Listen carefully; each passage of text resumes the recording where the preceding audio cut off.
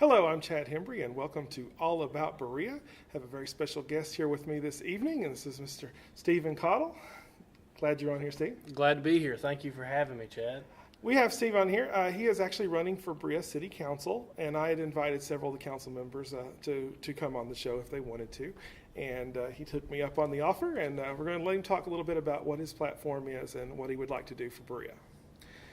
So, you've got several ideas you've been batting around, but one that keeps coming up over and over is economic development. Correct. And another council perspective, Philip Smith, was actually interested in what you had to say about economic development. So will you share a little bit with everyone what you're thinking?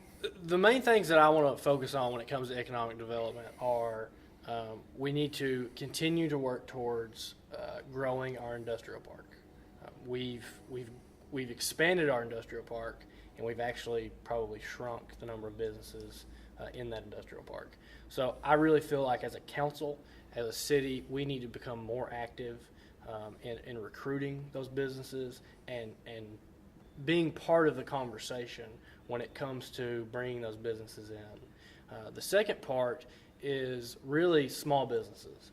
We have to do a better job of recruiting retail business and also working with them to increase the retention rate of those businesses. Because one of the major problems that we have, in my opinion, is we have a lot of small businesses that come in and they try to start up and they maybe aren't successful. And it's really an issue for me that we can't buy many of the goods that we need in the city of Berea. There's very few things that you can actually buy in Berea that you have to have. We don't have clothing stores other than Walmart. We don't have a lumber yard.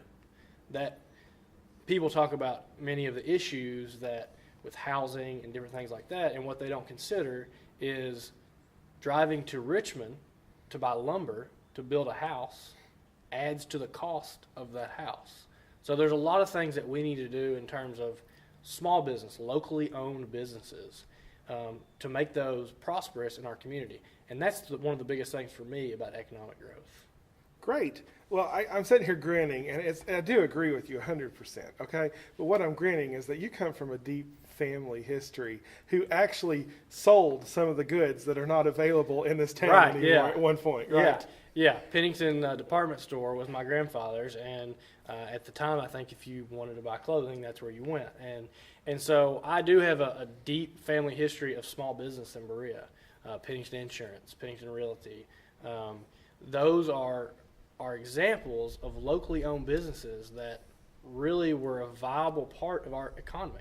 And those are starting to kind of go by the wayside, and we're not doing anything to recruit those businesses. And a step further, you all actually owned the building that had our last holdout grocery store, right? We did, yeah. My grandfather owned that building. They recently sold that, but they did own the building that had Superior Grocery and then IGA. But we need more people that are willing to put those businesses in. Mm-hmm. And one of the things that really motivates me to run for council is I really feel like it's my generation's time to step up and to do something.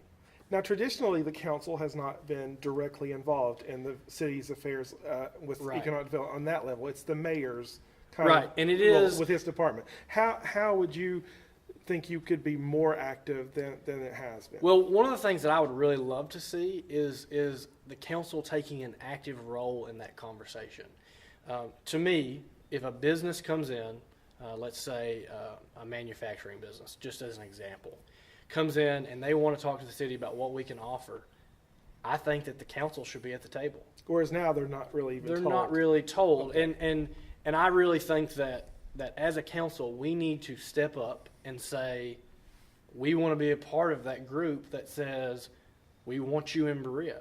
What better way to show a company that we want them than to be present and active for it? And that, to me, is extremely important. Just because it says, yes, we're trying to sell you on the mayoral level, yes, we're trying to sell you on our industrial park, but let our council tell you what's wonderful about Berea. Because Berea is a great place to be. I really believe that Berea is one of those places where, unless you live here, you don't really realize how great of a place it is.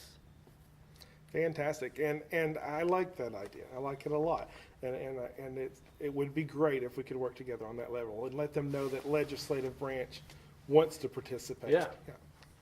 Fantastic. Well, what's another thing you want to tell the people?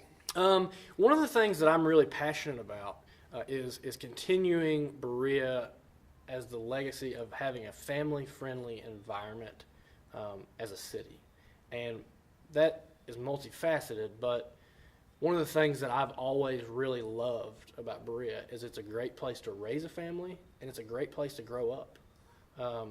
I grew up here. I've lived here my entire life, other than leaving for a little while during college and after I was first married, but came back because I loved being a kid here, and I loved what it meant to grow up in Berea. And kind of on the flip side, I've come full circle, and now I'm raising a family here.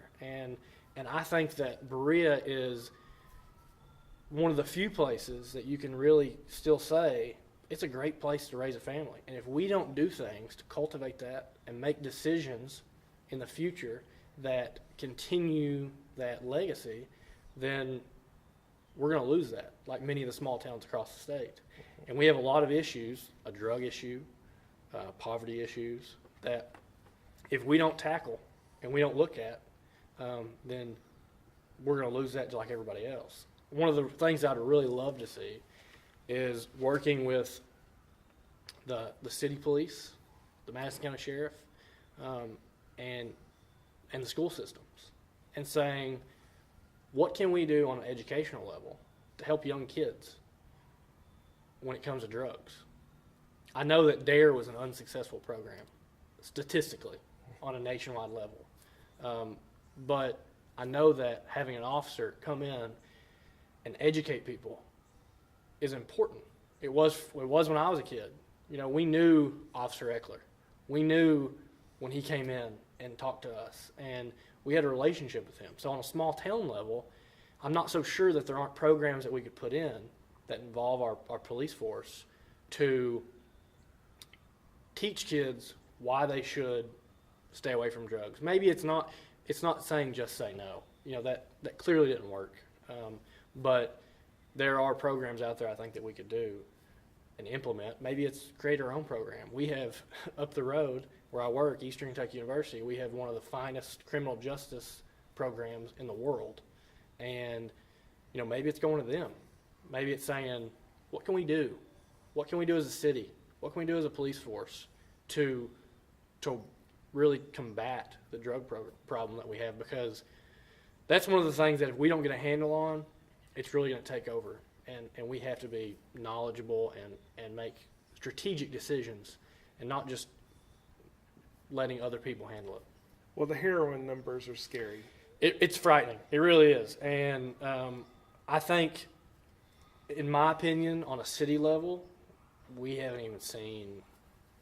Oh, you're right. It's where the it's icing going. on the cake. Yeah, isn't it? we're It's not even- we we're the haven't even tip got of the to meat. iceberg. Yeah. Yeah. And it's really frightening because that is a scary, scary scenario for us. It's such an inexpensive drug, and it's so readily available. It's something we've not dealt with on a level like that, and you can't really combat the creation of it like you could with meth, right? Right. You know, there Yeah. are some control methods there. Yeah, you're right. That's a biggie. And we really, you know, I don't have all the answers on that, and I don't think anybody does, but we have resources.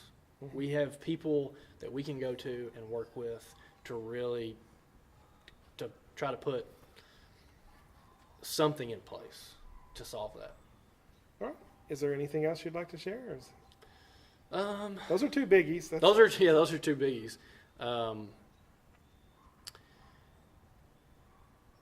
I think that's really the main things that I'm focusing on at this point. Okay. I think that as we've talked about the water issues, that's a major thing.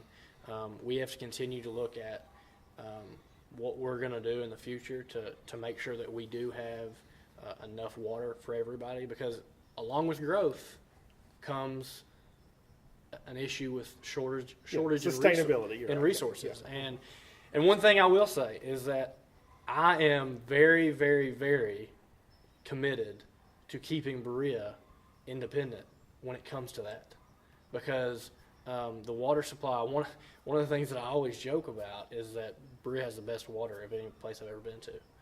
When I was a kid, I went to another town and ordered a water in a restaurant, and I said, "Dad, what is this?" And he said, "Well, You're spoiled, son." Not everybody has Berea water." So, I'm really passionate about keeping that the way it is, but I think that we need to look at that and really expand that. Well, we could spend a whole show on that Yeah. because you got all kinds of options: new reservoir, reusing, lots of different. There's a lot of things on that, and then you've got the stormwater system that we have to tackle, and that's something that we're going to have to make plans for. Quite possibly the most expensive thing that we've ever had to tackle in the city are the new regulations coming down. And it didn't go well for other places, and so we need to really be strategic about that and plan that well, because it's not something that we can run away from. We're going to have to take care of it. But once again, we could spend all evening talking about the stormwater system Yeah. and the Yeah. expenses there. So we'll skip over that again. Once again, thanks for being here. Appreciate it.